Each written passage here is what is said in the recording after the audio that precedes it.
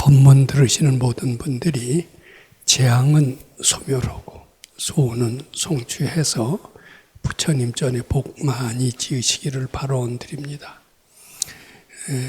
오늘도 역시 건강한 사회인이 되는 건강경 해설인데요.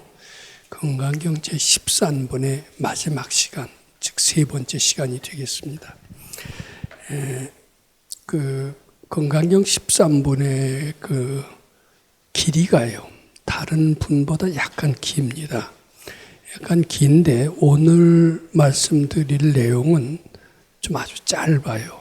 근데 왜 이 짧은 것을 1시간을 할애해서 말씀을 드리게 됐느냐 하면은 그 짧은 내용 속에 건강경의 위대성과 필요성을 잘 함축해서 나타나고 있기 때문에 비록 짧은 그러한 그 글귀에 불과하지만은 굉장히 건강경 가르침의 핵심을 잘 나타내고 있기 때문에 1시간에 걸쳐서 그 중요성 그리고 필요성을 설명하는데 제가 할애하기로 마음먹었습니다. 우선 그 짧은 글귀지만 일단 한번 해석을 해보고자 합니다. 수보리아 제일 이제 13번의 마지막 부분이 되는데, 수보리아 야교 선남자 선여인이 이제 수도하는 사람들이 이렇게 해석하는 게 좋습니다. 이 항아사 등 신명으로 보시하고, 이제 목숨이 우리가 하나인데 하나가 죽으면 끝이 얼마는, 여기는 이런 표현이 나옵니다. 항아사라는 모래가 굉장히 많거든요.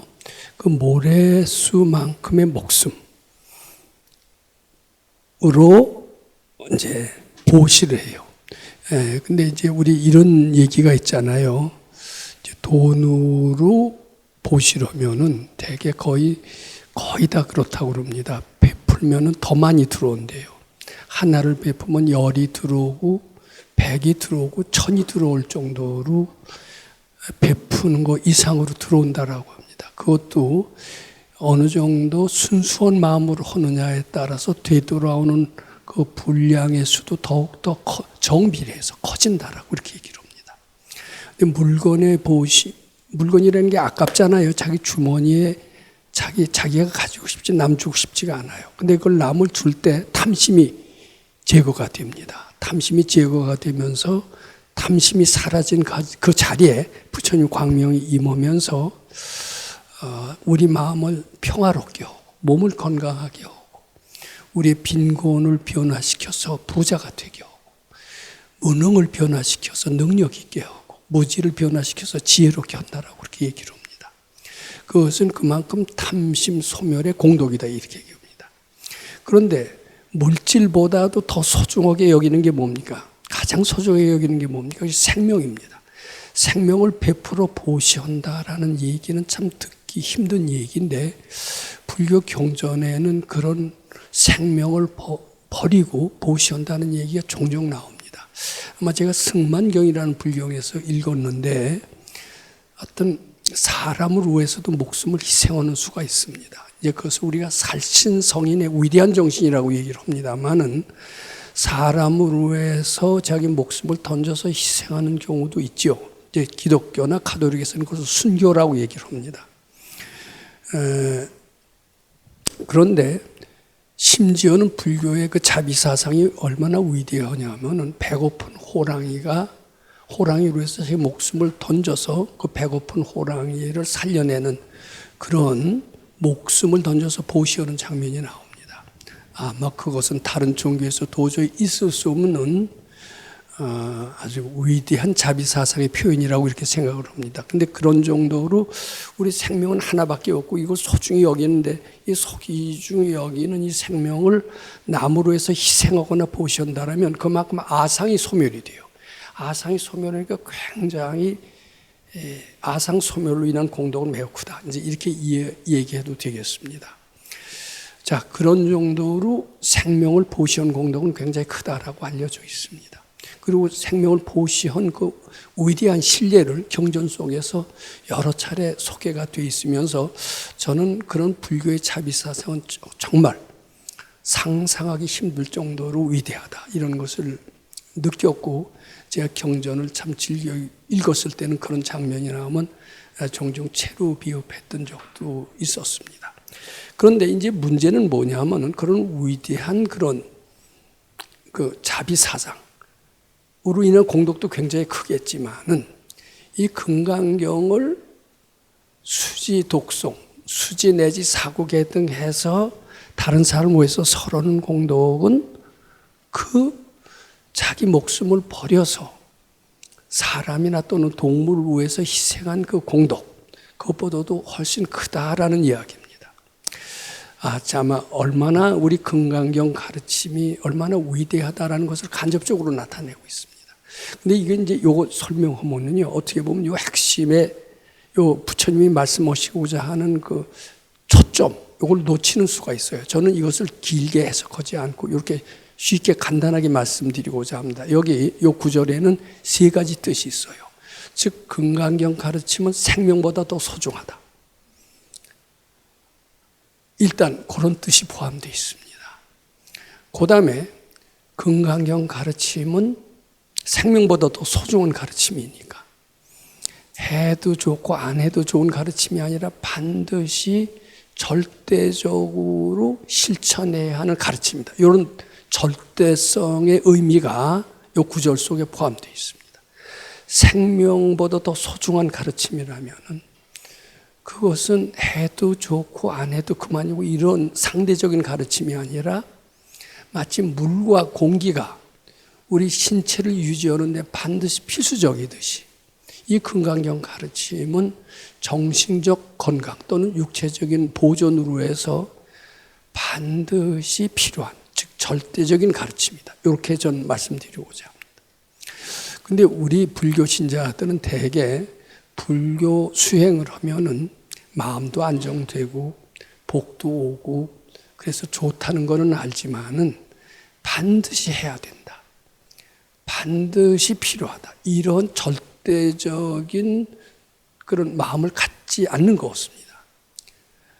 근데 특히 이제 이웃 종교인 여타 종교에서는 믿음은 구원을 얻을 것이요 안 믿으면 지옥으로 가서 유황불에 처벌을 받을 것이다.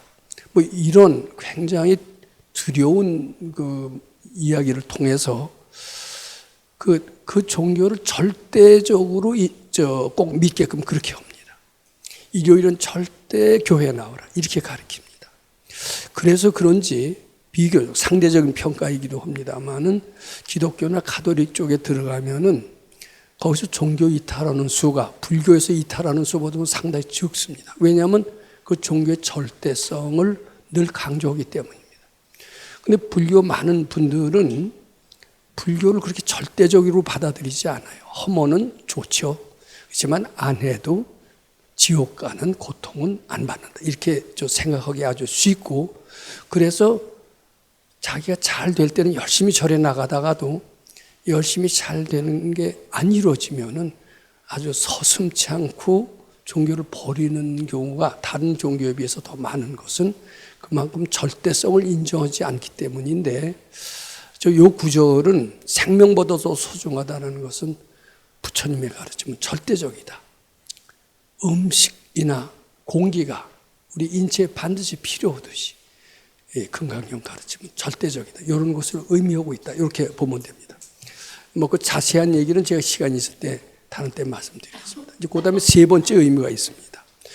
이 금강경 읽는 공덕은 즉 금강경을 수지 내지 사고계 등하여 다른 사람한테 설하는 그 공덕은 항아사 등 목숨으로 보시온 공덕보다 더 크다는 것은 무엇을 의미하느냐?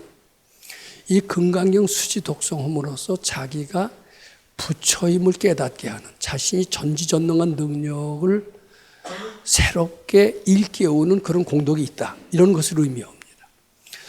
전지전능하다는 것을 일깨우는 공덕, 이것이야말로 수많은 목숨을 보시온 공덕보다 더 클 수 있다라는 유일한 해석이 됩니다. 수많은 목숨을 보시온 공덕보다 더 큰 공덕, 이것은 자신이 전지전능하게 된다는 그 말 이외에는 달리 해석할 수가 없습니다. 목숨을 아무리 보셔다 좋은 일을 아무리 많이 한다 하더라도 자신이 전지전능한다는 것은 얘기가 안 됩니다. 근데 요 구절을 잘 살펴보면은 이 금강경을 잘 읽으면은 전지전능하게 된다라는 뜻이 이 안에 포함되어 있다. 이렇게 이제 세 가지 의미가 요 속에 내포되어 있다라고 일단 말씀드립니다. 이 금강경, 저는 이 얘기는 그냥 들은 대로 전하는 것도 아니고 제가 좀 체험을 한 것이 꽤 있습니다. 체험한 것을 통해서 이 금강경 공부야말로 어떤 공부보다 공덕이 많은 공부요.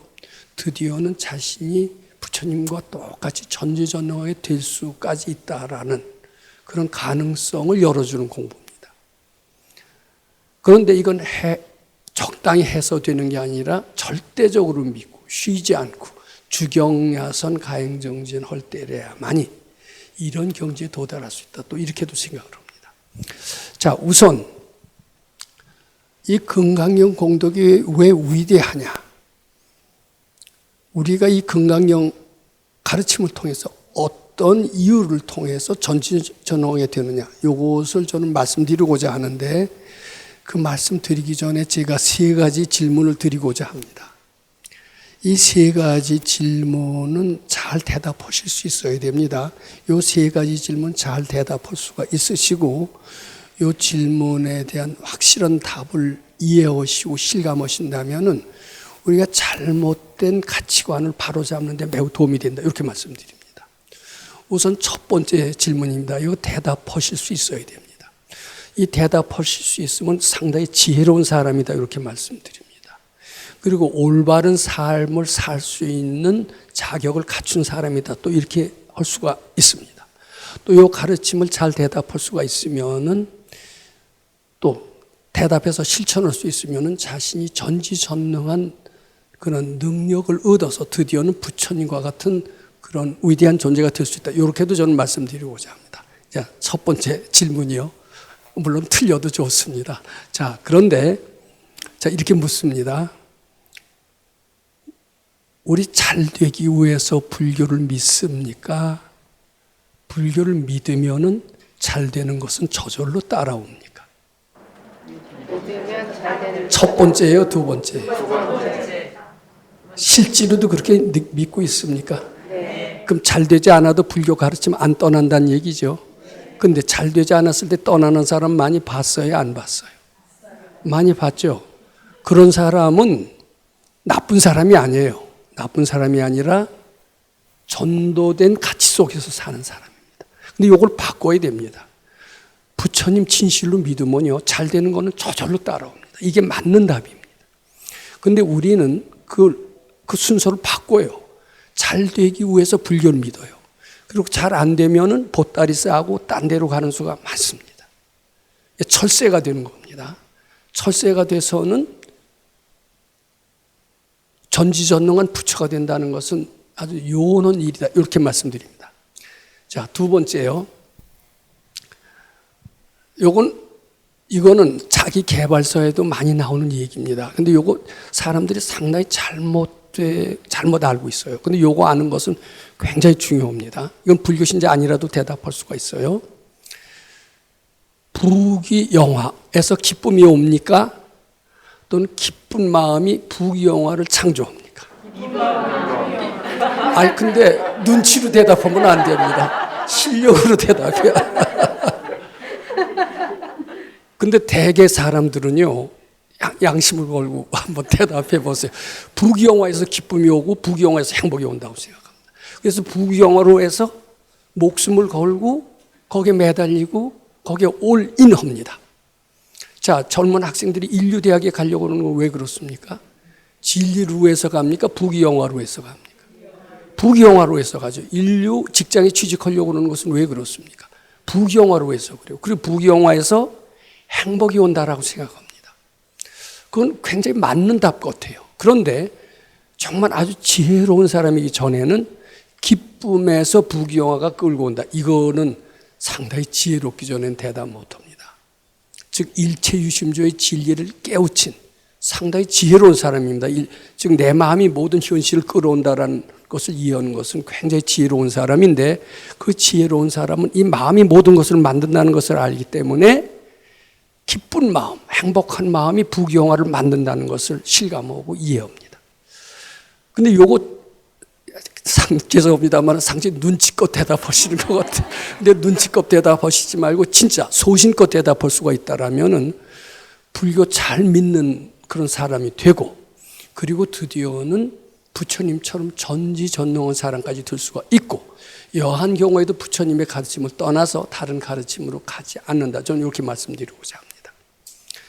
자, 그 다음에 우리 이제 특히 학생 때는요, 어렸을 때는 칭찬을 많이 들으면은 되게 대통령 된다고 그래요.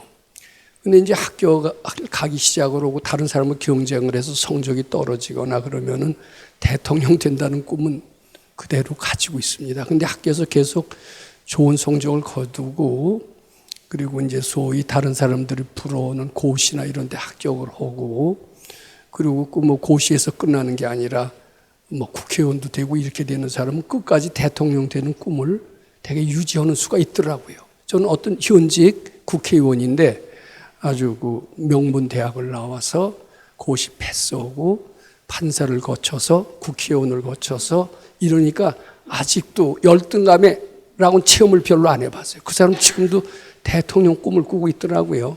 그런데 이제 언젠가 한번 되게 소리를 맞는 수가 있습니다. 학생 때 이제 뭐 공부를 못해서 선생님한테 꾸중을 들었다든지 부모님한테 꾸중을 물었다든지 하면서 자존심이 상하면서 열등감에 이제 사로잡히는 그런 사람들은 뭐 웬만하면 대통령 꿈 잘 못 꾸는 것 같아요. 자, 이제 제가 질문을 드립니다. 세상에서 승승장구하니까 승승장구를 못했어요. 좌절하니까 열등감이 생긴다. 이게 맞습니까? 근데 그런 거 같죠? 승승장구하던 그 기세가 꺾이니까 열등감이 생길 수밖에 없다. 이런 이제 답입니다. 근데 그거만 두 개 비교라고 그러면 사지선다형 같아서 금방 택하기가 쉬워요. 근데 단답형으로 보면 다 틀려요. 근데 이제 지금 이렇게 제가 묻습니다. 자기 의지가 계속 꺾여요. 시련을 당해요. 그럼 열등감 생긴다. 맞는 것 같아요. 근데 이제 요렇게 하면 또 틀립니다. 자기 시련이 겪고 자기 성공에 좌절할 때 열등감이 생긴다. 요게 맞느냐? 아직 대답을 유보하고요. 열등감이 각종 실패를 불러온다. 요게 맞습니까? 그것도 실력으로 대답한 겁니까? 눈치껏 대답한 겁니다. 요거 실력으로 대답할 수 있으시면요, 일체유심조의 진리를 깨친 사람이 되고 밝아질 수 있는 가능성이 있고, 그런 사람은 불교를 절대적으로 생각하게 되고, 그리고 여한 경우에도 그리고 후퇴하지 않는다. 저는 이렇게 자신 있게 말씀드립니다. 근데 눈치껏 대답한 사람은 예, 근데 요거 재밌어요. 근데 이런 질문을 통해서 내가 일체유심조, 내 마음이 다 만드는 거거든요. 내 열등감이 무능을 불러와요. 근데 내 자신감이 성공을 불러옵니다. 근데 반대로 어떻게 생각해요? 세상에서 좌절하면 열등감이 생긴다. 이렇게 이해하고 있어요. 근데 그렇게 안 되면 세상에서 좌절은요, 내가 불러온 거예요. 내 열등감이 불러온 거예요. 이걸 꼭 아셔야 됩니다. 요것만 알아도 벌써 금강경의 절반 이상은 이해하고 들어가시는 거고요. 요거는 우리 그 백석 박사문화재단에서는 골든벨의 아주 훌륭한 출제 문제로서도 전혀 손색이 없다 이렇게 봐집니다. 자, 이게 뭐냐면요.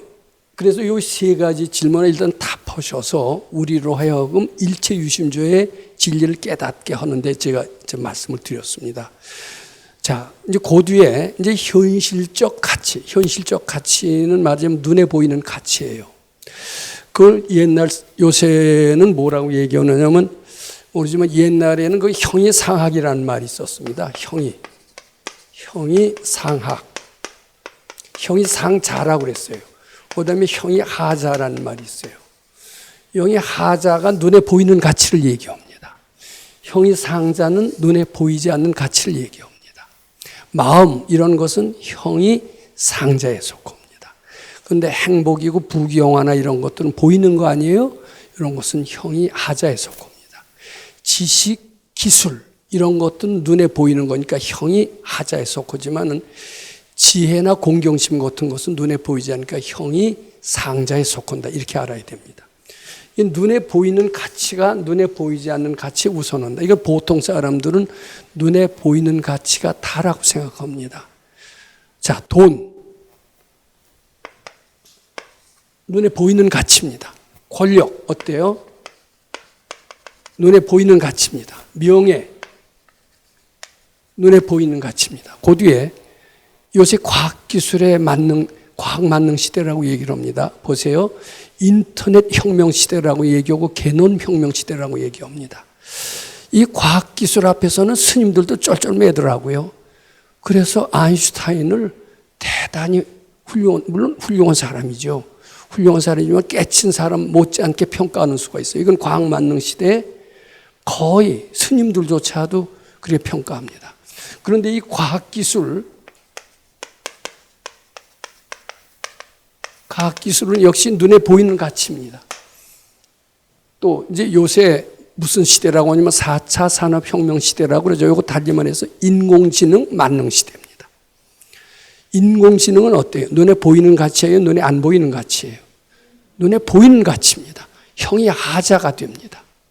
근데 이런 가치가 만능으로 지금 되고 있기 때문에 왜 이런 가치에 돈이니 권력이니 명예니 과학기술이니 인공지능이라는 이러한 눈에 보이는 가치에 왜 우리는 완전히 쫄아 있느냐? 과학기술하면 할 말을 다 잃어버려요. 특히 인공지능 하면 이세돌을 잃은 인공지능이야말로 최고의 가치다. 이렇게 생각합니다.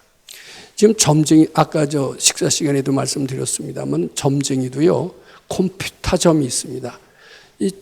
컴퓨터 기술이 점점 아주 발달하고 이렇게 됨으로 말미암아 컴퓨터로 인한 점은 어떤 점쟁이보다도 유능한 점쟁이가 될 거고, 그리고 이제 게놈 혁명 시대라고 그래서 피 한 번 뽑으면 거기에서 나오는 것을 분석해서 그 DNA를 조사하면 사람의 수명까지도 알 수가 있고 어떤 질병의 잘건이나를 알 수 있어서 운명 감정까지도 할 수가 있습니다. 이 과학기술이 발달하면은 점도 잘 치고 운명도 잘 쳐서 과학기술 만능 상태가 돼요.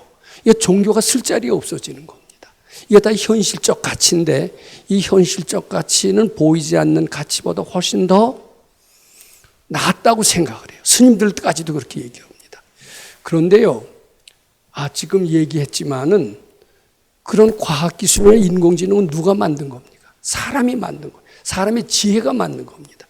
지혜가 있으면 그거보다 더 뛰어난 과학기술도 만들 수가 있고 더 뛰어난 인공지능도 만들 수가 있다면 어떤 것에다가 우리가 더 공경심을 내야 되고 더 존중해야 됩니까? 눈에 보이는 가치를 그렇게 존중할 가치가 있지 않고 눈에 보이지 않는 그 가치에 더 존중을 해야만이 우리가 살 수 있는 길이 나옵니다.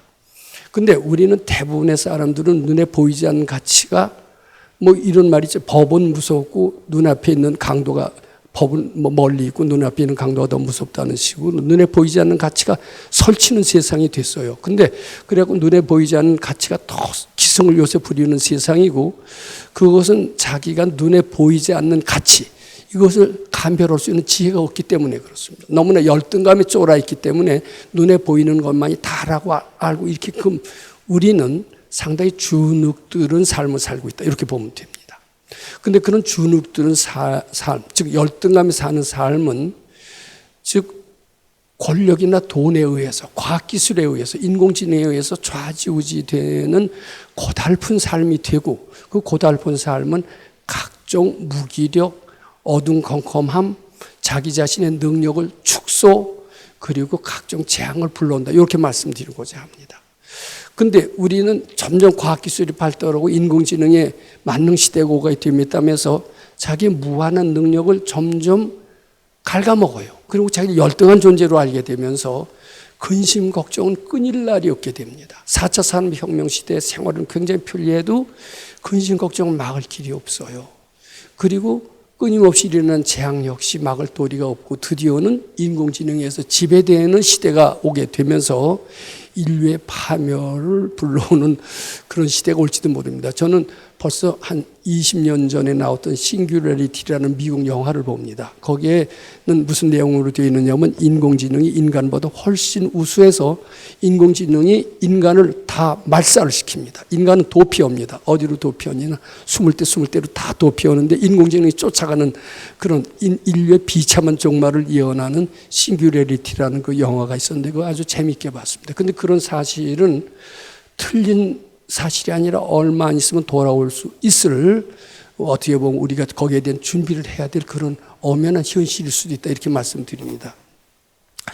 그런데 지금 결론적으로 말하면 눈에 보이지 않는 가치, 이것을 우리가 더 존중해야 되는 이런 삶을 살아야 된다, 이렇게 말씀드리는 겁니다.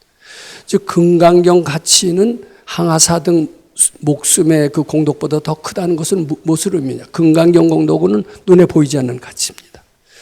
그것을 큰다는 것은, 그것을 더 존중해야 된다는 것은 우리가 전지전능하게 된다는 뜻이고, 이 전지전능하게 된다는 것은 우리가 조물주가 된다는 뜻이고, 우리가 다 만든 것인데 우리가 만들어낸 피조물의 열등감을 느껴서야 되겠느냐 이거예요. 과학기술이고 인공지능이고 돈이고 뭐고 다 사람이 만들어낸 피조물인데 그 피조물을 절대적 가치로 알고 열등감을 느껴서는 안 된다, 이런 뜻이 이 안에 포함되어 있습니다. 그런데 지금 우리는 그러한 부처님의 가르침에도 불구하고 많은 사람들은 눈에 보이는 가치에 완전히 열등감을 느끼고 쫄아 있으면서 상당히 피동적인 삶을 살고 있고 근심 걱정에서 벗어날 길이 없게 됩니다.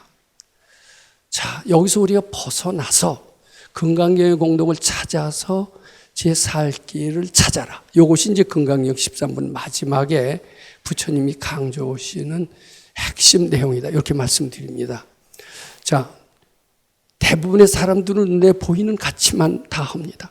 이제 새벽 공부하고 이제 이래요. 그럼 새벽 공부가 밥 먹여줘?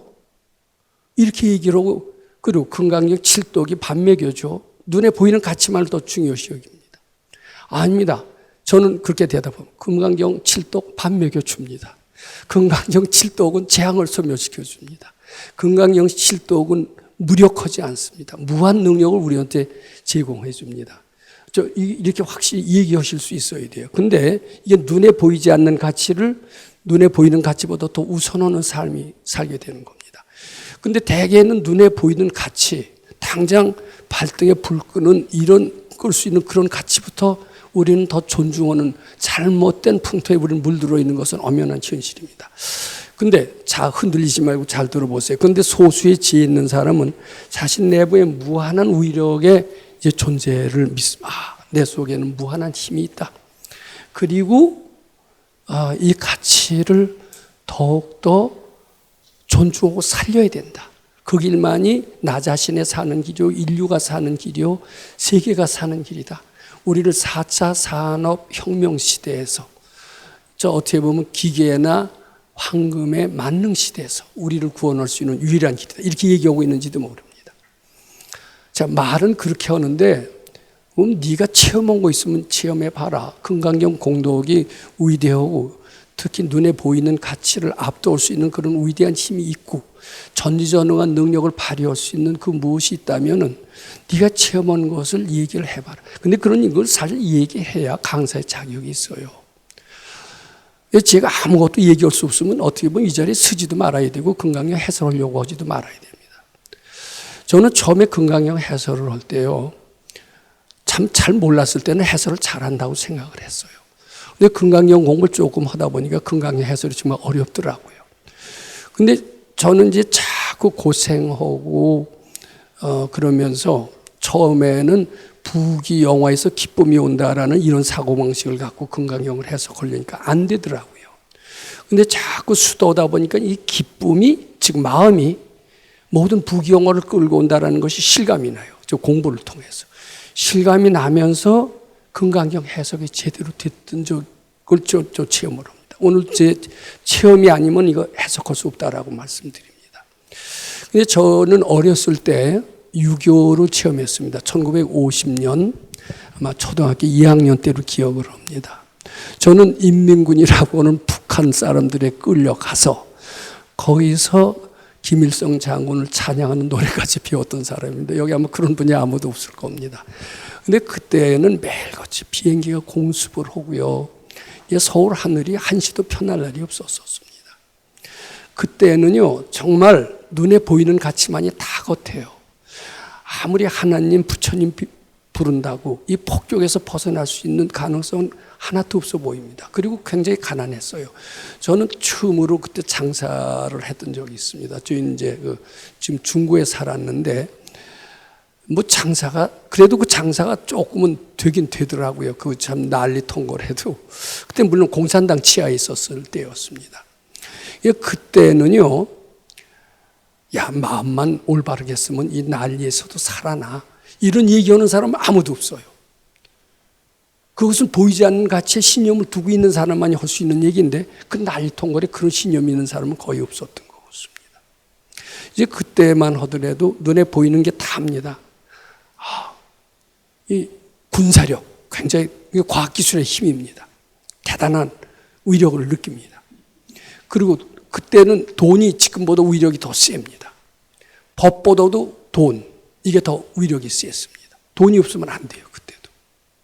그리고 실제로 어떤 물리력이 더 위력을 발휘했던 시절입니다. 근데 그것이 이제 6.25 때는 참 무시무시했던 시대였는데, 지나고 나서도 그 생각은 오랫동안 제 머리를 떨굴 수가 없었습니다. 성경에도 그런 얘기 있잖아요. 진리가 너희를 자유롭게 하리라. 진리가 우리를 자유롭게 하긴 뭘 자유롭게 해? 우리를 자유롭게 하는 것은 우리가 돈이 있어야 자유롭고 권력이 있어야 자유롭고, 진리는 우리를 아무 구속에서 자유롭게 할 수 없다. 무기력하다. 이렇게 생각을 많이 했다. 종교라는 게 무슨 의미가 있느냐. 그때는 매달리는 종교밖에는 아마 없었던 것 같습니다. 이제 그리고서는 역시 살 길은 돈 벌고 이런 이제 사고방식으로 되어 있었는데, 그때 그러니까 어떻게 해요? 돈 벌고 출세하려면 어떻게 돼요? 인류대학을 가야 됩니다. 우리 머릿속에는 학교 선생님들도 그렇고 학생들도 그렇고 겉에 나타난 가치, 인류대학 아니에요. 그리고 공부만 잘하면 인류대학에 갈 수 있으니까 공부가 최고의 가치였고 인류대학이 최고의 가치가였고, 거기에 가야만이 성공할 수 있다는 생각을 하게 됐던 것 같습니다. 근데 이제 공부라는 게 그렇게 하기 좋은 게 아니잖아요. 공부는 하기 싫은데 인류대학을 하니까 공부는 해야 돼요. 근데 참 그게 싫더라고요. 굉장히 괴로웠던 것 같습니다. 이 공부 안 하고 어떻게 좀 편안히 사는 길은 없을까? 이제 고등학교 올라갈수록 저는 점점 더 공부는 안 하고 거기서 도피할 생각을 많이 했던 것 같습니다. 저는 그때 얘기가 약간 한가한 얘기가 됩니다만, 초등학교 2학년 때 피난 갔던 어촌 생활이 자꾸 떠올랐습니다. 저는 6.25 때 피난을 어느 어촌, 충남에 있는 어촌으로 피난을 갔습니다. 근데 그때 시골의 학교에서 1년 반을 초등학교를 다녔는데, 참 일생을 통해서 가장 행복했던 시절이 하나라고 생각합니다. 그때는 공부에 대해서 신경 안 썼어요. 인류라는 생각도 하나도 없었습니다. 애들이 컨닝을 해도 선생님한테 이르지 않았어요. 서로 경쟁의식이 없었습니다. 근데 바로 그러고선 제가 4학년 때 서울에 왔는데, 서울 애들은 누가 보고 컨닝하면 선생님 제 보고 써요고 이르는 풍토였습니다. 이게 서울 애들이 영악하고 무시하더라고요. 근데 그 시골 애들은 경쟁의식도 없고 공부 잘하는 사람 부러워지도 않고 선생님한테 뇌물 갖다 바치는 사람도 없고, 그냥 천진원, 어떻게 보면 조선시대의 농촌 풍경 그대로 그렸는데, 그 시절을 생각하면 굉장히 마음이 평화로웠어요. 저는 그때 너 이제 인류대학을 가려고 이렇게 치열한 생존 경쟁 속에서 나하고 경쟁하는 삶을 벗어나서, 저는 그때 공자님의 이 구절을 떠올렸습니다. 나물 먹고 물 마시고 팔베개 하고 누웠으니 대장부 살림살이 이만하면 족하도다. 어때요? 안빈낙도라는 말이 있잖아요. 가난하더라도 서로 경쟁하지 않고 살고 서로 돕고 살고 평화롭게 살면 그거 다지. 저처럼 지금 인류대학을 위해서 그냥 하기 싫은 공부를 해야 되고 이러니까 이 지옥 같은 데서 벗어나서 그렇게 평화로운 삶을 살면 어떻게 좋을까? 근데 그렇게 살자니 시대에 뒤떨어져요. 내가 그러고 유유자적하게 농촌에 가서 산다고 나를 깨친이라고 알아주는 사람은 아무도 없을 거예요. 현실이 두려우니까 도피했다 이런 소리밖에 못 들 거예요. 그러니까 어차피 현실에서 살아나서 나는 인류대학을 가야 된다는 생각을 할 수밖에 없어서 그때 생각이 그겁니다. 이 평화로운 마음과 생존 경쟁을 둘 다 승리할 수가 없을까? 그 생각을 제가 고등학교 때부터 했던 것 같습니다. 아마 이 생각이 저로 하여금 그 해답을 찾기 위해서 출가하게까지 만들었는지 모릅니다. 근데 대학에 들어와서도 역시 공부가 최고였고, 그리고 출세가 최고였고, 그때 일찍 지혜로운 애들은 외국 유학을 가서 일찍 성공의 대열에 올랐었던 애들이 있었습니다. 저는 그게 싫었어요. 어떻게 인류를 좋아하고, 하버드 대학 좋아하고, 좀 그런데 떠나서 살 수 없었나. 근데 그래서 떠나서 살면서 유유자적 하자니 또 무능한 사람이 돼요. 이거 둘을 다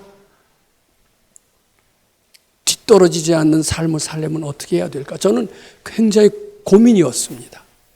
아마 이것이 제가 출가해서 도인을 만나서 수도하게 된 그런 동기가 됐는지 모릅니다.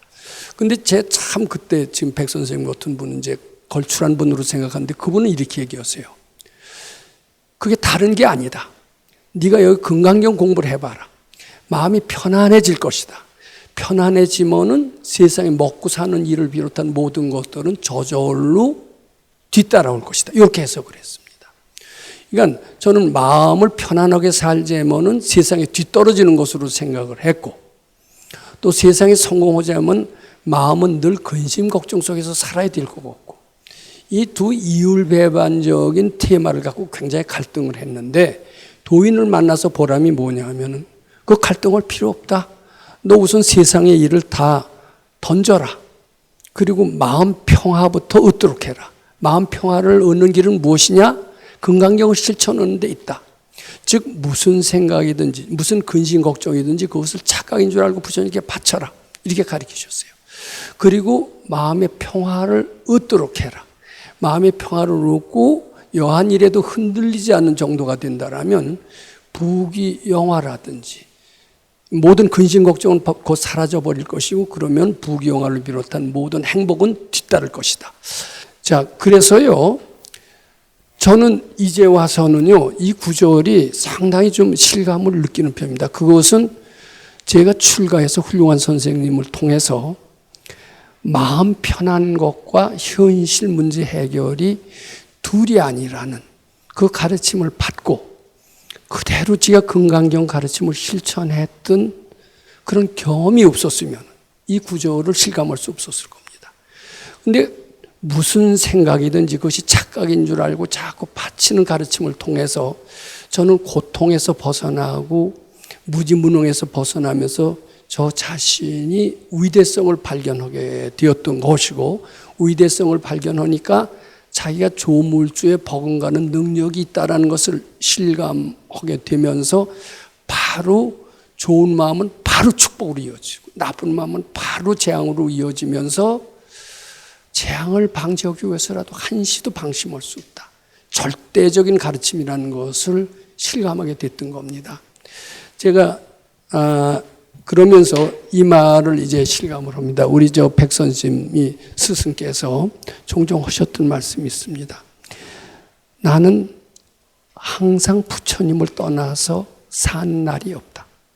부처님을 떠나서 살 수 없기 때문이다. 그렇게 부처님을 항상 그렇게 모시고 살아야 되나? 저는 그 말을 이해할 수가 없었습니다. 근데 제가 이렇게 공부하고 난 뒤에는 이게 부처님을 떠나서 살게 되면요, 바로 분별심이 몰려옵니다. 분별심은 바로 재앙으로 이어집니다. 특히 공부하던 사람이 조금이라도 방심하거나 이만하면 되었다는 치심이 방심의 근본인데, 이렇게 되면 바로 재앙으로 연결되고 병으로 연결되고, 그리고 바로 공부하지 않을 수 있게끔 만듭니다. 그래서 공부하는 사람들은 모형의 병이 생기거나 재앙이 생기면은 이것이 내가 잘못 공부하고 있다는 신호라고 바로 알게 됩니다. 그리고 깨치라는 그런 필요성이 나타났다. 이렇게 또 이해합니다. 그러니까 재앙을 나쁘게 받아들이지 않고 너 공부 잘해라. 그리고 더 힘내라. 그리고 네가 해결할 수 있다. 이러는 표시라고 합니다. 그래서 우리 스승께서 나는 부처님을 떠나서 사는 날이 한 번도 없다. 항상 부처님을 떠나서 살 수 없기 때문이다. 이런 말씀이 저는 이해가 되었던 것입니다. 이렇게 되면서 제가 이제 그 책에도 쓰고 이렇게 됐습니다만 이 금강경 가르침은 해도 좋고 안 해도 좋은 그런 가르침이 아니라 반드시 해야 되는 꼭 절대적인 가르침이다. 이렇게 말씀을 드릴 수 있게 되었던 것입니다. 다시 한번 지금까지 드릴 말씀을 정리해 보도록 하겠습니다. 부처님께서 이 세상에 올라오셔서 우리한테 전달해 주고 싶은 최초로 하신 메시지, 그리고 가장 전해주고 싶은 말씀은 너희들은 그대로 부처님과 똑같은 전지전능한 존재다. 너희들의 마음이 모든 세상의 현실을 다 만들어내는 것을 알아라. 너희들한테 닥친 각종 난제라고 하는 것은 사실 알고 보면 다 너희들이 불러온 것이고 너희들이 그것을 재앙이라고 이름 짓지 않고 그것이 착각으로 알게 되면 어떤 재앙이든지 못 해결할 것이 없느니라. 이렇게 이제 일깨워 주셨습니다. 그것이 이제 보이지 않는 부처님의 가치가 그렇게 크다는 것을 의미합니다. 그런데 세상의 보통 사람들은 이 보이지 않는 가치를 대단하게 여기지 않고 눈에 보이는 가치만을 최고로 알면서 돈이나 명예나 권력이나 또는 과학기술이나 인공지능의 지배를 받고 삽니다. 눌려서 삽니다. 그리고 열등감에 삽니다. 그런데 이런 열등감에서 벗어나야 됩니다. 자신의 위대성을 알아야 됩니다. 일체유심조의 진리를 깨우쳐야 됩니다. 저 자신도 금강경 공부를 통해서 열등감에서 벗어나고 그리고 저 자신의 위대한 능력을 회복하게 되면서 점차 불법의 위대성뿐만 아니라 절대성을 깨우치게 됐고 일체유심조의 진리를 통해서 우리가 전지전능한 부처님의 그런 위치까지 나아가게 될 수 있다라는 그러한 어느 정도 믿음을 가지게 됐다. 이것이 오늘 말씀드린 금강경 제13분 제일 마지막 부분의 핵심 내용이 되겠습니다. 감사드립니다.